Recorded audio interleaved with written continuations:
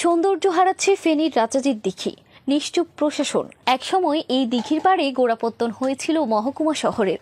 জনশ্রুতি আছে ত্রিপুরা মহারাজের প্রভাবশালী একজন রাজা তার কন্যার অন্ধত্ব দূর করার জন্য এই দিঘি খনন করে, যেটা এই শহরের লাখো মানুষের প্রাণ খুলে নিঃশ্বাস নেওয়ার একমাত্র স্থান।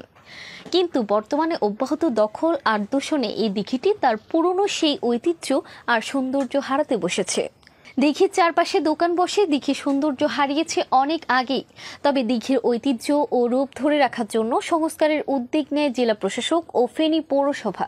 ফেনী পৌরসভা দিঘির উত্তর, দক্ষিণ, পূর্ব পাশে দেওয়াল নির্মাণ করে। পশ্চিম পাশে এখনো পুরাতন ভাঙা ঘাট দেখা যায়। দর্শনার্থীর বসার জন্য পূর্ব দক্ষিণ পাশের ঘাটের উপর পাকা সিঁড়ি বানানো হয়েছে। বিকেল বেলায় শহরের অনেকেই এখানে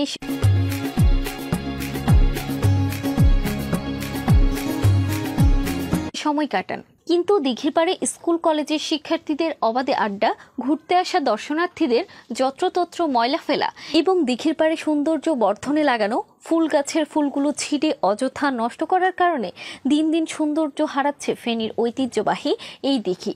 দিঘির এমন বেহাল অবস্থার জন্য সচেতন মহলের অভিযোগের তীর ফেনী পৌরসভা এবং জেলা প্রশাসনের দিকে। আসলে আপনারা সবাই জানেন যে ফেনীর রাজাদের দিকে একটি ঐতিহ্যবাহী স্থান, যেখানে আমরা পরিবার পরিজন নিয়ে সবসময় ঘুরতে যেতে পারি। এরকম একটা মনোরম একটা পরিবেশ ছিল ওইখানে। কিন্তু এখন যে অবৈধ স্থাপনা যেগুলোভাবে সৃষ্টি হচ্ছে বা গড়ে উঠেছে, এটার জন্য আমরা পরিবার পরিজন নিয়ে সেখানে এখন আর ঘুরতে যাওয়ার মতো এরকম একটা পরিবেশ, আগে সেই পরিবেশ নাই।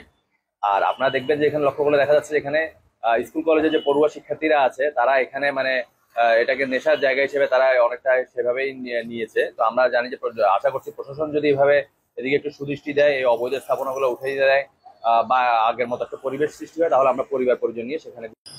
সাধারণ নাগরিক হিসেবে আমি এটুকুই বলতে চাই, ফেনী রাজাজির দিঘিটা আমাদের জন্য একটা আশীর্বাদ। শহরের মধ্যখানে এমন একটা দিঘি পাওয়াটা সত্যি ভাগ্যের ব্যাপার। কিন্তু এখানে দুর্ভাগ্যের বিষয় হচ্ছে যে এখানে ব্যাপক হকাররা দেখবেন যে দুইটা পাশ অনবরত দখল করে রাখে, আপনি হাঁটা চলাও করতে পারবেন না। যত অবৈধ স্থাপনা ওখানে গড়ে তুলেছে, ব্যবসা বাণিজ্য করে চলেছে। বারবার প্রশাসন কর্তৃক বিগত সময় আমরা দেখেছি উচ্ছেদ করা হয়েছে একাধিকবার, অনেকবার। উচ্ছেদ করার পরও কোন একটা অদৃশ্য শক্তির বলে তারা পুনরায় আবার দুই দিন বা 3 দিন পরে আবার বসে যায়, আবার উচ্ছেদ করে আবার বসে যায়। কেন যে করে থাকে এটি আমার বোধগম্য নয়। প্রশাসন কি করছে, যদিও এটি একদম ট্রাং রোডের পাশে প্রশাসনের নাকের ডোগায়, কিন্তু তাদের কোনো ভূমিকা আমরা দেখি না।